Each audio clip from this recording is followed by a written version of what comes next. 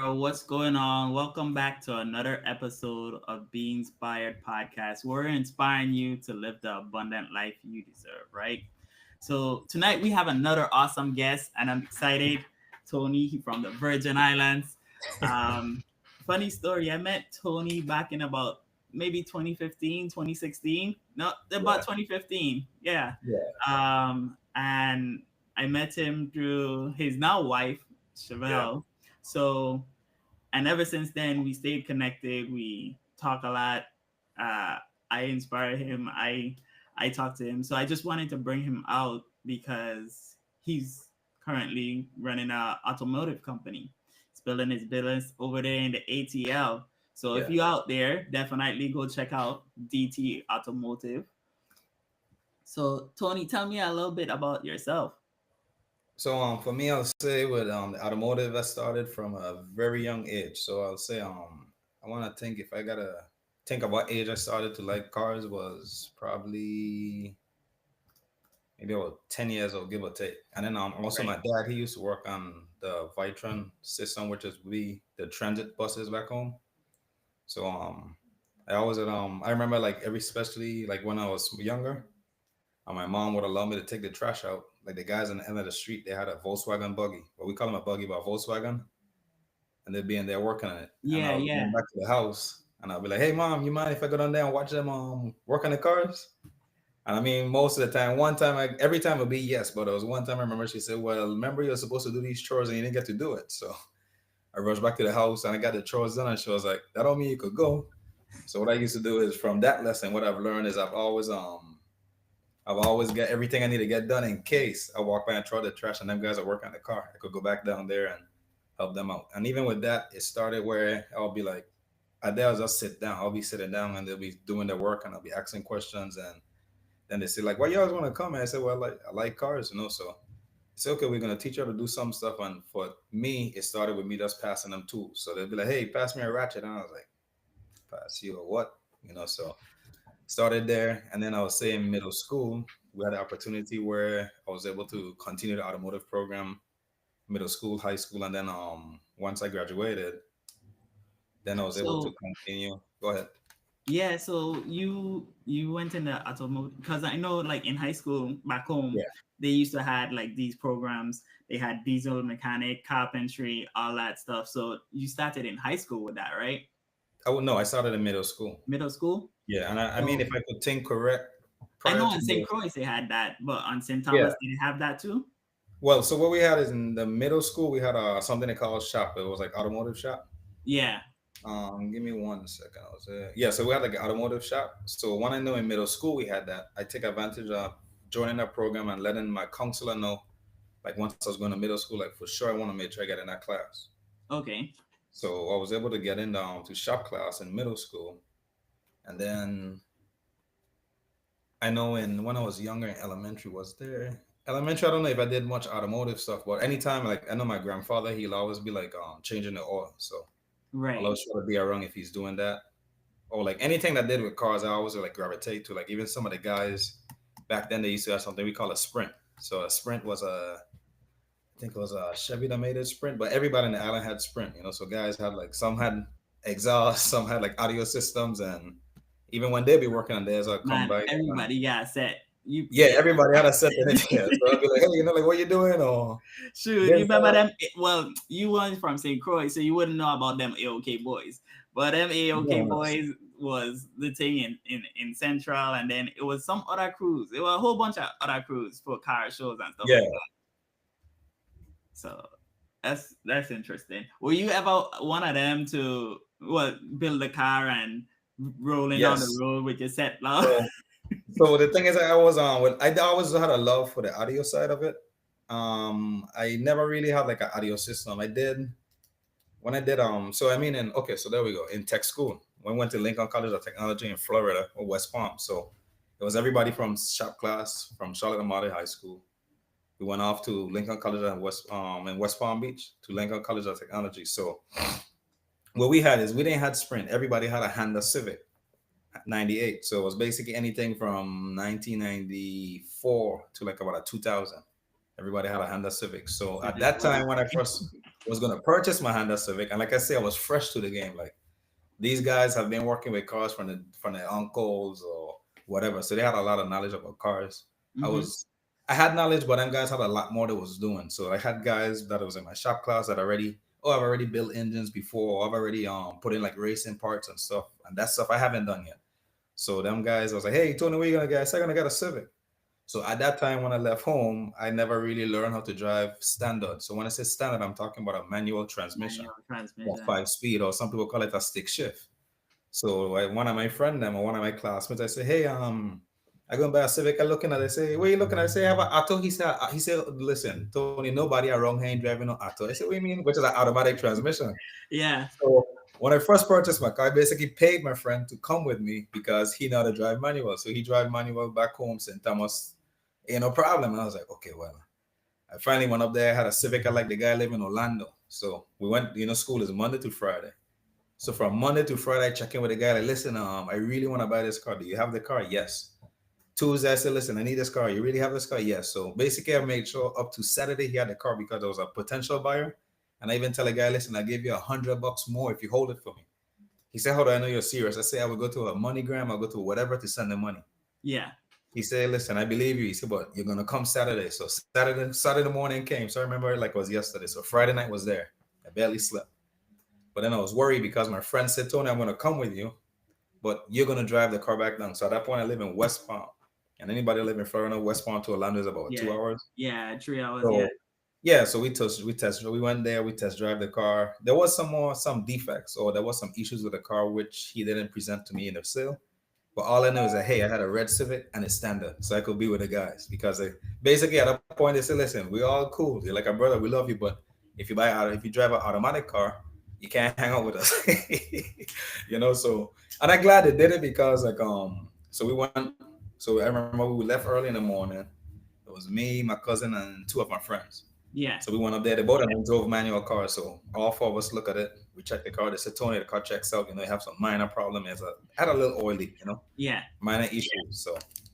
So in Orlando, my friend said, Tony, you're gonna have to drive this car. And for the whole time, he's pepping me up, and it's like, I said, so what if it cut out? Because that's always the biggest thing with a standard is Yeah. that driving. Once you get rolling, it's fine. But if you cut out, you're in trouble.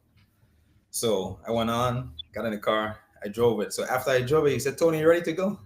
I say, yeah. And I test drove it and I drove fine. I buck up a little bit and stuff, but I drove fine. He said, Tony, you really thought I was going to leave drive it to go to West Palm? I said, well, it's my car. I got to get it back. So he did drove it back to West Palm for me. So we Yeah. got down there in the neighborhood. It was a Saturday. We got back Saturday night. Sunday morning, I was up early in the morning in the neighborhood trying to learn how to drive the car. Yeah, Nice. so I did that. And then one thing that was funny is anybody I know a standard now, if you hold the clutch a while, and you let off the spin tires. So at that time, there wasn't too crazy with stuff. So I didn't have tax for the car yet. So I called the DMV. I said, what's the process to get my car registered? Okay, you need this stuff and you have to drive it. So at that time, now my classmate or my friend that helped me, I think he had a different time schedule to go to class. So basically, I was on my own. And Okay. first, just trying to drive it, it was a process where like every red light I cut out, every red light I cut out. So it was a process with that car. But I mean, there was some modifications did to the car. Like I put on turbo and I carried on the track and different stuff, and Oh it was shoot! I pretty quick at remember that time. that. So that was one thing I really did. Was one thing. Yeah, and at that time too, I mean, there was a lot of stuff me and my friends used to do, which were like street race and Right. like Friday nights used to be a big night where like hooders and everybody hang out and it was good. So, Because and even I in would high say school, I know part of it, you. I guess, that inspired. Yeah, I know you talk about Huh? like the journey of learning manual because I had the same journey because my father had manual truck. So Oh, that yeah. was interesting. And the hardest part was getting off the hill. If you could get off the hill, Oh, everything else yes, is easy for that's sure. true. That is true. I mean, I So would say that and then reverse because what I've yeah, learned is with reverse now, it's not the same gears as first to fifth. So every time in reverse, I used to have a tough time where it's like to be grinding. yeah, And it's like, Tony, I have a trick for you. So I mean, if you have a manual, one thing I've learned, if you want to put in reverse, go in second gear and reverse. And every time for some reason it worked.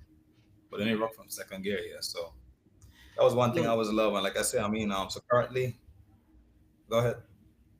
So yeah, you told me Oh, a you had a little bit question. about the history of how you got into mechanic. So tell me what inspired you to create your business.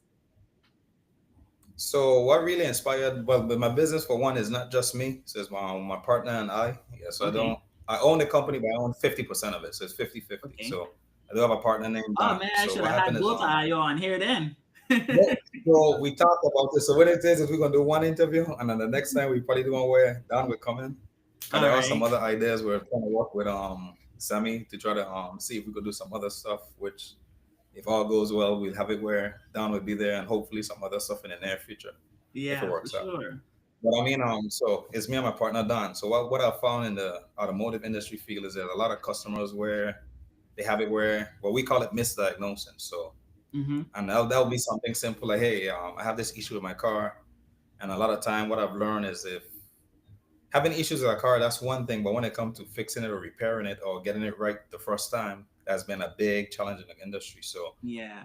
me and my partner been working together. Well, I worked with him at my prior job, maintaining the same fleet. So one time he called me. He's like, "Hey, Tony, I'm gonna start a business. I want you to work for me." I said, "I don't know about working for you because I wanted to work for myself and own my own business." He Yeah. said, Yeah. "Okay." So that's where we kind of left the conversation at that time. So next time he said, "Okay, well, what if we start a business?" I said, "Okay, cool. That ain't no problem." So at that point of time when we started the business, I mean, anybody knows starting a business is like you got to decide which direction you want to go. So for us starting our business, we always decide that in the field there's a lot of stuff that people is already doing. What can we do different? Not only just do different, but what can we do different that could contribute to the industry or the automotive industry? Right. So one thing we find ourselves where is a lot of time, like at his job, he's a guy where when they can't figure it out, they give it to him. So one time I learned that when we were speaking on the phone, I say it's funny because sometimes at my job, that's the kind of repairs I'll get. I'll get the repair where two guys fix it and then I'm stuck with it. And I'll find from me doing that, and I'm telling you, I've had some days where I've been working on a car for a week, and at that point, it's like, okay, this thing is starting to get Yeah.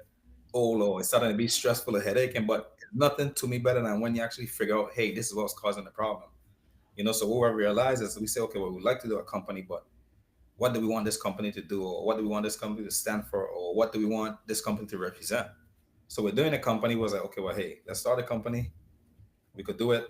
And even at that time when I talked to him about starting, he had some stuff he was doing, which he was like, okay, well, hey, with what I got going on now, how about we start it next year? I Yeah. was like, next year? That wouldn't be bad, but why we can't start it now? What Because I year was ready. was I guess I that? was excited Because at the time. next year was So we started. what year was that? So Because the you said company next year, so we just so the started the viewers know. company. Oh, so when we sit down, so we call a meeting. So what happened is me and him call a meeting, and we decided, okay, hey, we're gonna do the company. We came up with some ideas. That was in 2023. Okay. Yeah, 2023. Yeah. So that was like in April of 2023. So we figured, okay, what do we need? So we went through the process of doing the LLC, so doing research to see like, okay, well, to be a registered business in Georgia, what's required. So went through all of that stuff. So we did that stuff. Then we shop around and was like, okay, well, if we're gonna do a business, we're gonna need to set up a Mm-hmm. POS system. So we did that stuff. And then the next thing we did is we was like, okay, What's a well, POS if we're system? gonna do a business, so a POS system is like a payment system. So Okay. basically, like like some people use like Square, some people use PayPal or whatever. Because see, the Okay. thing is, as a customer, it's not gonna be if you come to me and it's like, okay, Sam, I could service your car. And he's like, okay, I want to pay with a card. It's like when you take cash, it's like that don't make any sense. So basically, we realized, and it's not, and I guess I said that to say it's like we're doing it. We had to kind of realize like, because prior to that, I used to do something called side work. Everybody knows side work is like, okay, hey, if you need this done, I could do Yeah. it, and I could play with the prices and all this stuff. But with a business, there's a lot more rules, a lot more guidelines. You got to pay taxes and different stuff like that. So we had to sit down that day, and we had a meeting. And actually, the funny thing is, I would say, is prior to coming up with this company, we had a different business idea. So prior to this, our real thing we wanted to do was an equipment rental company. So Okay. we sit down and we look at some stuff, and we was like, oh yeah, man, this is what I want to do for sure. I like to buy some equipment and rent it out. So we did like, a lot of the research, except seeing what the equipment would cost. So I do work a job where I mean we maintain FE equipment and trucks and stuff, and to do a repair it costs a lot. So Okay. at the time we look at some stuff and was okay, sure, let's do this, and we came up with a plan.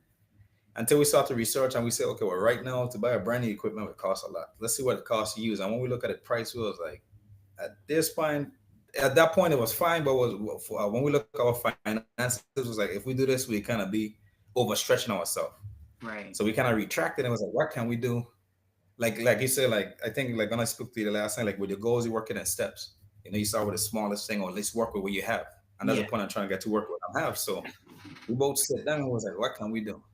What we like to do a business and equipment rental won't be it because of the cost to start. The startup cost was a lot. So when we both sit down, we say, hey, well, we're just fixing cars, or even if not just fixing cars, we could be like diagnostic techs. Because that's Right. what DT stands for. So diagnostic techs, automotive enterprise. Diagnostic test. And not that alone, but when we talk about it, it's like we already got tools. We already had training.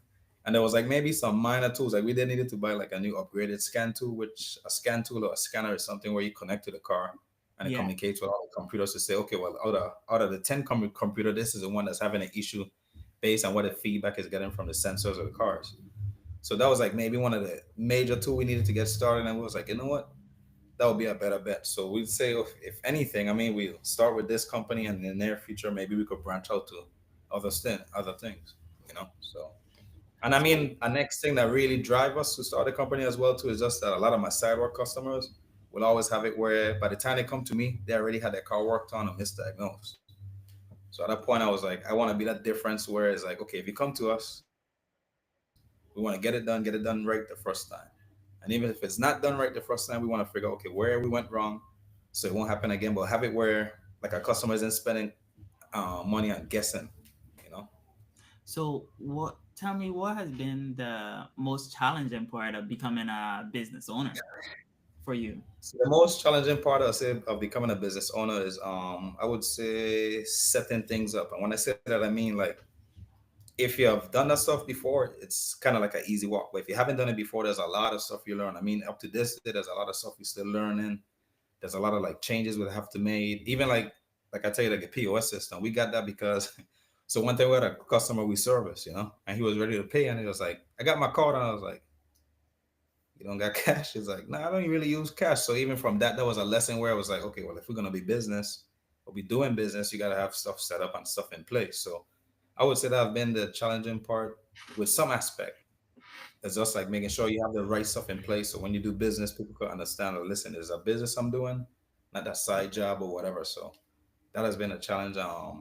One other thing I know my partner and I have been working on is looking more at what the future have to come. So everybody know with automotive industry, we're more going to more electric or hybrids or self-driving cars. So that's kind of the avenue we've been focusing on because at some point that would, in a sense, be the norm.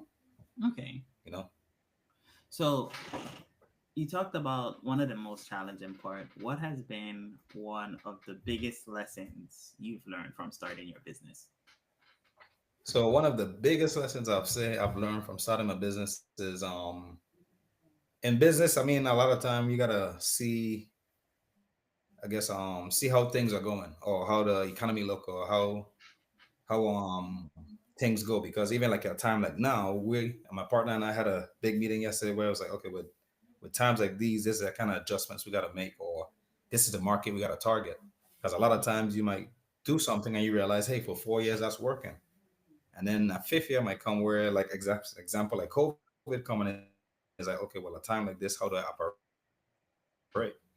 I can't come 6 feet within someone. So how would I operate? How would I move forward? But one thing I've liked with COVID, in a sense, that have taught me is at that time I was looking at how businesses operate and how they was making adjustments or how they was making changes to continue operating. So I would say a lot of time operations could be challenging and then, especially in a time like this where you have it where maybe your common part used to be one set price, and now because of stuff have gone up, we have kind of have to come up with ways how to keep satisfying and dealing with customers and still keeping a level of quality as well. So Yeah, that's sure. what I would say. Okay. And then I would say, what has been like one of the lowest moments in your life and business? Well, I would say the lowest moments has been is I guess like how some people would say like you put a horse before the cart. I mean, no, you put a cart before the horse. Yeah. So I mean, sometimes when you have a business, you might look and strategize and be like, okay, well, hey, I got this amount or whatever. You might count it like, hey, I got 10 customers. You'd be like, okay, well, okay, off of these 10 customers, these are stuff I could do for the business where off of these 10 customers, I could maybe buy that new equipment I want, or I could probably go ahead and probably market my business in this way. So I mean, with all this stuff and all the changes, you have it where customers are like, listen, I like to get repairs done, but because of what's going on, I kind of prefer to wait. Yeah, So at that yeah. point, you gotta sit back and say, okay, well, hey, with this, and that's what I was saying with changes. So with this change, what is something we could do to continue to keep the business moving forward while adjusting with the change that's going on? So a Mm-hmm. lot of time I would say just changing and adapting mainly, or even figuring out what other targets or what other markets you can target to do business with. Yeah, for sure. So Yeah. just specializing and trying to see what works best for you and your business, right? Yes, definitely. Okay. 'Cause I mean, So like if everybody know, with most of the cars or all the cars, everything is computerized. So yeah, anybody that know, everything is if you have a electronic. computer behind something, it costs. So yeah, So we both from the Virgin Islands. You from St. Thomas, I from St. Croix. yeah, So yeah, man. so tell me why your point of view, because coming from a little island and now living in America or the US, Yeah. what has been like the most challenging adjustment for you?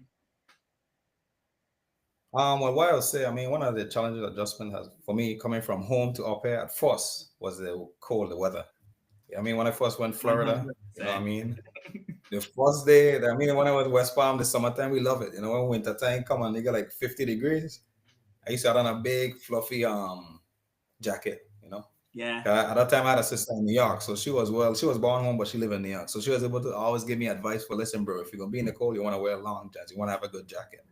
So at the time, I sent her a picture of my jacket. She's like, that ain't a jacket. I said, what you mean? So I had a jacket, I guess, that looked something like with the Michelin man. Yeah. And I used to wear the jacket a lot. And like I would go in Walmart. And when I go in Walmart, I see people looking at me like, what's wrong with this guy?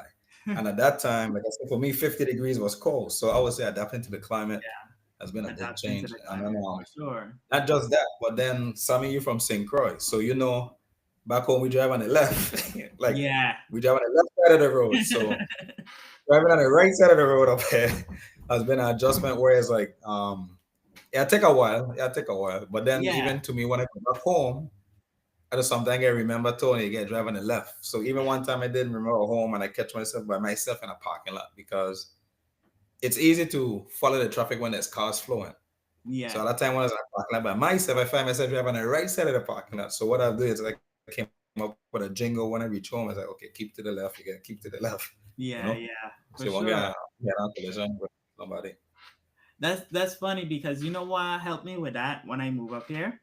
What Yeah. helped me with that was when I go on the road, I would go all the way to the farthest right left lane and be close to the wall so Yeah. I could feel like I driving on the left.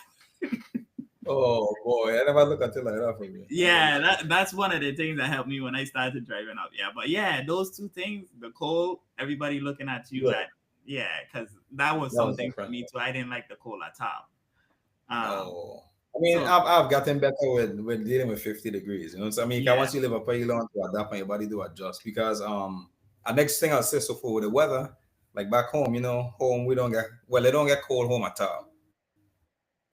But home something for like a low 70s is cold for a local yeah, for somebody that live home. So it's one time I remember I did one back home and I think I was at the bar park, and but the bar park is right close to the ocean. So some people was there sitting down with their hoodies and jacket, and I said, "Oh, it's cool." And I look at the temperature, and I was like, oh, "It's 72 degrees. It's cold."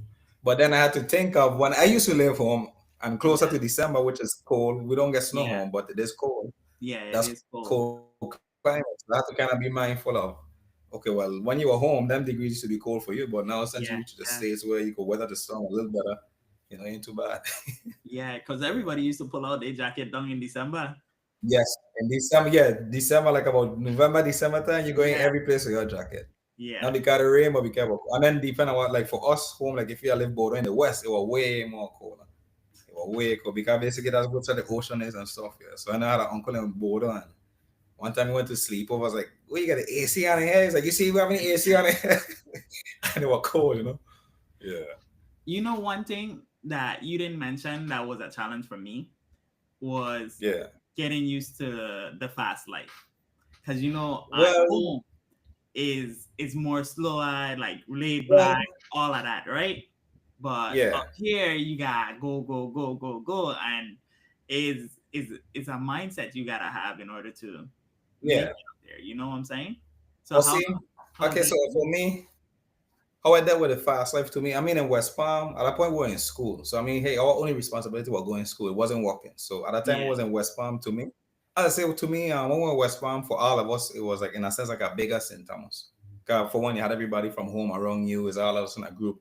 You don't have no real responsibility, because the only thing at that time we had to really worry about was, hey, going to school and getting good grades. yeah, And then when I adjusted from tech school into the real world, it was a little different. Still, a little hard to find a job. But again, like I say, you have no real responsibility. Now, as far as the fast life, would say I've experienced that when we lived in Maryland because I moved from Florida to Maryland.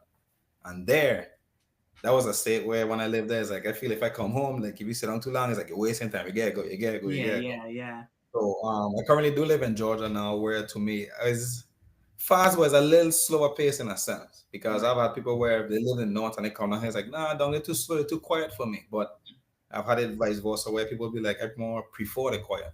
So mine in Georgia when I used to come here to visit a lot because I do have like some relative and some of my in-laws here. I used to tell my wife, I say, is it me or don't let us have a different vibe? So from when we have come down here to me, I would say it do have a fast life, but it's more a relaxed pace if Yeah, it makes sense. And so I guess a lot of time it does depend on the state because like if you go someplace like New York, they don't close yeah. at all. Or I mean, I Miami. don't know about after COVID. Oh, Miami, oh boy. Yeah. I used to live in Oh, Florida, so Miami the party all the time. yeah, yeah, Yeah, man. I know in New York, like one time I remember my cousin and I we drove there and it was 12 o'clock we hit the state. And I think I had a shop open doing some work and then the barber shop was full. I was like, I look at my watch like it's 12 o'clock, like it's in New York going to sleep. So I mean I guess it depends on the state you live in when it comes to that stuff. And it is an adjustment. It really was. It was an yeah, adjustment, but I guess after it after a while, it started to become like like a normalized kind of thing. yeah, man. So we talk about the Yeah. challenge of coming from home. What are some books that you read or um you you read that got you to where you are today? Well, a lot of times, I mean, as far as like books I've read, not a whole lot. I mean, a lot of time I do podcasts because like for me it's more better because like I mean even like sometimes I could be like walking and have a podcast played. So Yeah, one thing I did kind of I would say maybe a little before COVID, I was just to be like, hey, I like to work for myself. I like to open my own business, but I never really put in the legwork to figure out like what it consists of and what it takes. So I want to say maybe closer to COVID, like they said 2020 that was the year open your eyes. So at that time it did open my eyes to a lot of stuff. Where I was like, okay, well, hey, maybe open a business is something I could do because around that time there was people opening businesses left and right. So one podcast I did look at is or did listen to a Rich Dad Poor Dad. And there were even like some parts where some people said I've read the book and listened to the podcast. I listened to it twice where I was like, this thing making too much sense. yeah. So that was one podcast I listened to. And next thing I do is a lot of there are a few like people that follow which they do like have different like business stuff. And the It's next funny thing you I say know like that in the one morning. because on this, that's mostly what everybody starts. Rich Dad Yeah. Poor Dad. So Yes. that's interesting that you said that one.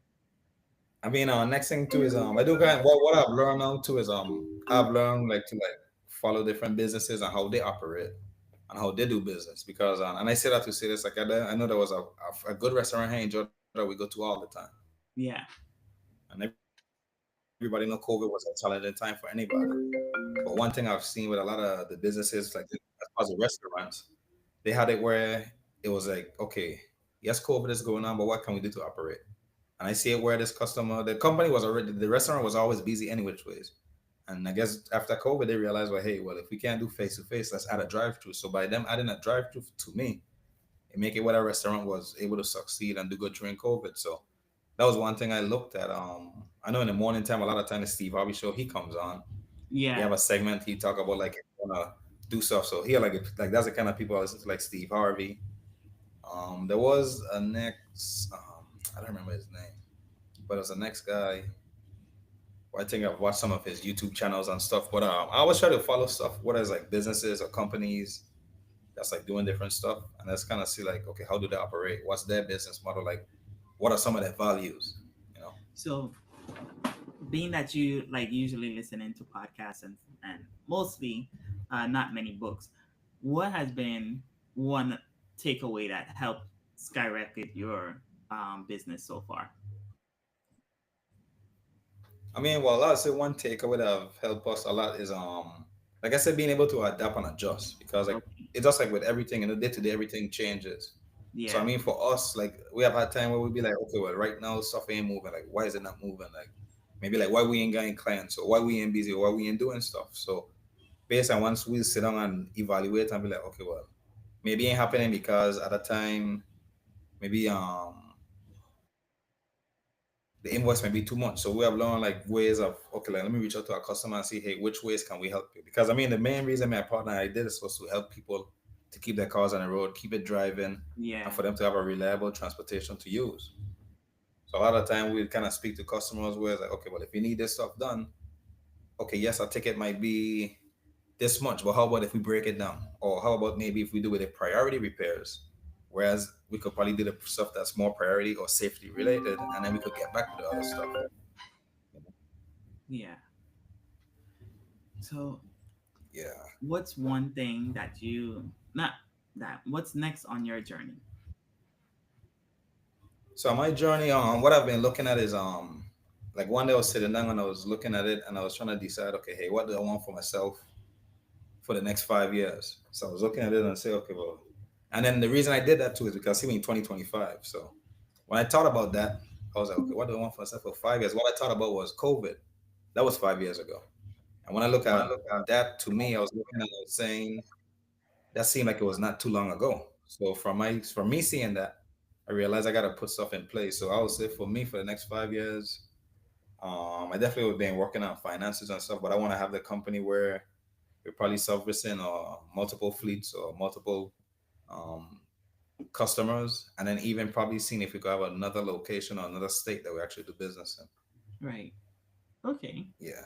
That's cool. That's all cool goals. Open up at another location and also in other states.